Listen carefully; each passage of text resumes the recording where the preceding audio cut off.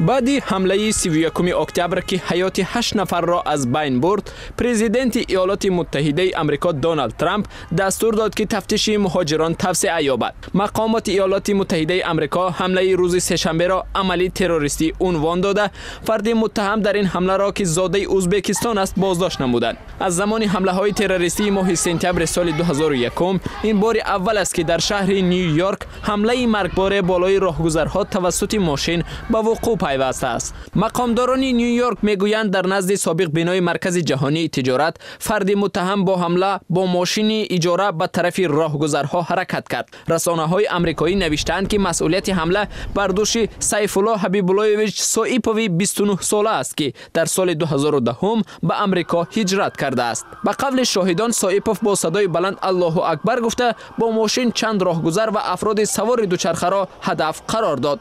سپس ماشین با اتوبوس مکتبی برخورد. همچنان رسانه‌های خبری با اشاره به اظهارات مفتشان نوشتند که در ماشین اجاره سوئیپوف دستخط را پیدا کردند که بر پایه آن این مهاجر ازبک حمله را از نام گروه دهشت‌افکنی دولت اسلامی راه‌اندازی کرده است.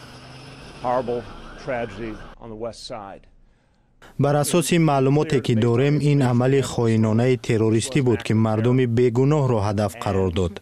مردمی را که در فکر زندگی خود بودند و هیچ انتظار حمله را نداشتند. ما می‌دانیم که در این عمل مردم کاملا بیگناه به هلاکت رسیدند. یک مهاجر ازبک تبار با نام میراحمد مومینوف به رادیو آزادی گفت که سیف الله سوئیپوف را میشناخت.